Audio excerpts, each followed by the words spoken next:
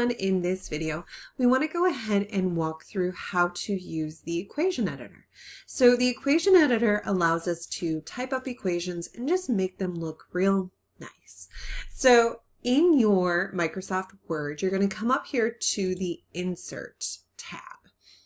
And then the ribbon, you're going to want to go all the way over to Equations. Now, depending on your program, the equations might be hidden under symbols. So you might have to click on the symbols and the pi symbol might be under there. So click on equation and you'll see that this type equation here will pop up. This is where you're going to type your equation. Now, if you have a simple equation such as 2x plus 3y equals 12, you would just type that in like normal. But let's do something a little bit more exciting. So again, we go to Insert, Equation, and you'll see up here that you have different symbols up here. So you could do a less than or a greater than or equal to symbol, or an approximate symbol, any of those symbols. You can even click down here and they'll show you a lot of different ones, Greek letters, all that fun jazz. There's even more hidden in here if you want to explore, but again, for most people, they just need the basic math here. Now, we're going to go ahead and look at some of these options over here. So let's go ahead and explore the fraction option. So let's say you need to type up your slope equation. So you want to type up m equals, and then we need a fraction. So we're going to click on the fraction, and we'll just choose this first option. Okay. Now you'll click on that top box, and you'll want to type in y2 minus y1. Now, the y2 minus y1, usually we have this written as a subscript. So that just means that this number is going to be a little bit smaller into the bottom. So you can do that in Equation Editor as well. So we're going to go ahead and go to the script option. So the script option, you'll see that you have a superscript, so you can do your exponents, or a subscript here. We're going to go ahead and choose the subscript option. And I'm just going to click on these boxes to type Y2. And anytime you want to get out of a box, you can just use your arrow keys and go one spot to the right. We're going to go minus.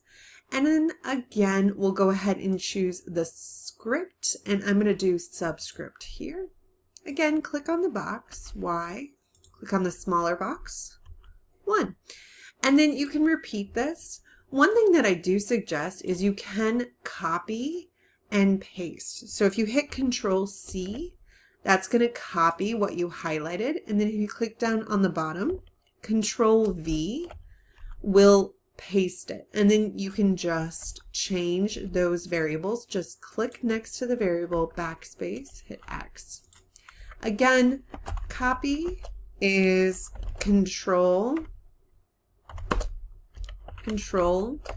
plus C, and paste is Control plus V. These are super handy to have whenever you're working with computers to copy and paste. Now, a couple more things. What if we wanted to do an exponent? Okay, so let's go ahead and do an exponent. So again, insert equation. Let's see, let's say I want to do y equals 2x squared.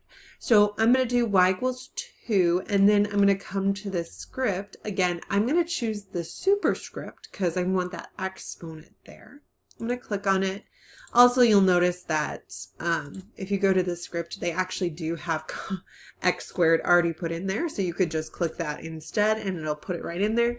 But again, depending what you want. So if you want x squared, again, I'm using the arrow keys to move around those boxes or exit them altogether.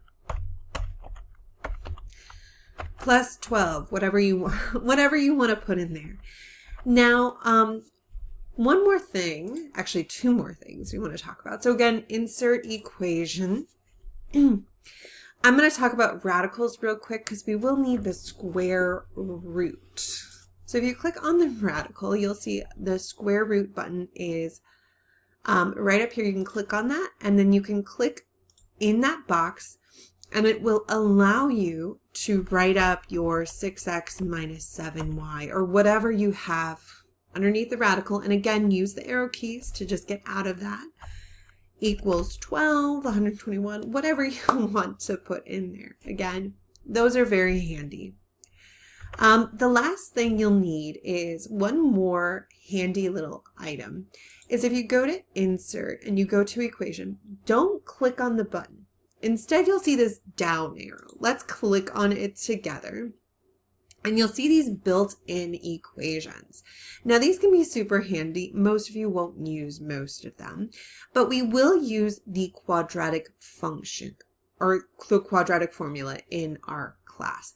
So if you want to, you can just click on this and it'll automatically just put that in there. One other way to access that is if you go to Insert, click on Equation, and then over here on the left-hand side, they have this equation. You can click on it, and then you can scroll down to that quadratic formula as well. And you can go ahead and edit it real quick, right? Just click around, backspace, deleting the A and C, or whatever its values you want to put in there. But again, it just allows it so that it's legible. You can read your equations, and you can understand what you're putting in where. So give that a try, really play around. There's lots of cool things with that equation editor. You can see all the different symbols that you can have in there. Most people won't use most of these, but again, sometimes some people do have ink equations too, where you can, if you have like an iPad or something that you're using and you click on that, you can write your math here. I'm just using my, I'm using my mouse, so it looks really bad. But again, you can see that it'll actually write it for you if you have that ink equation in your Word. So give it a try. And if you have any other questions, let me know. Good luck, everybody.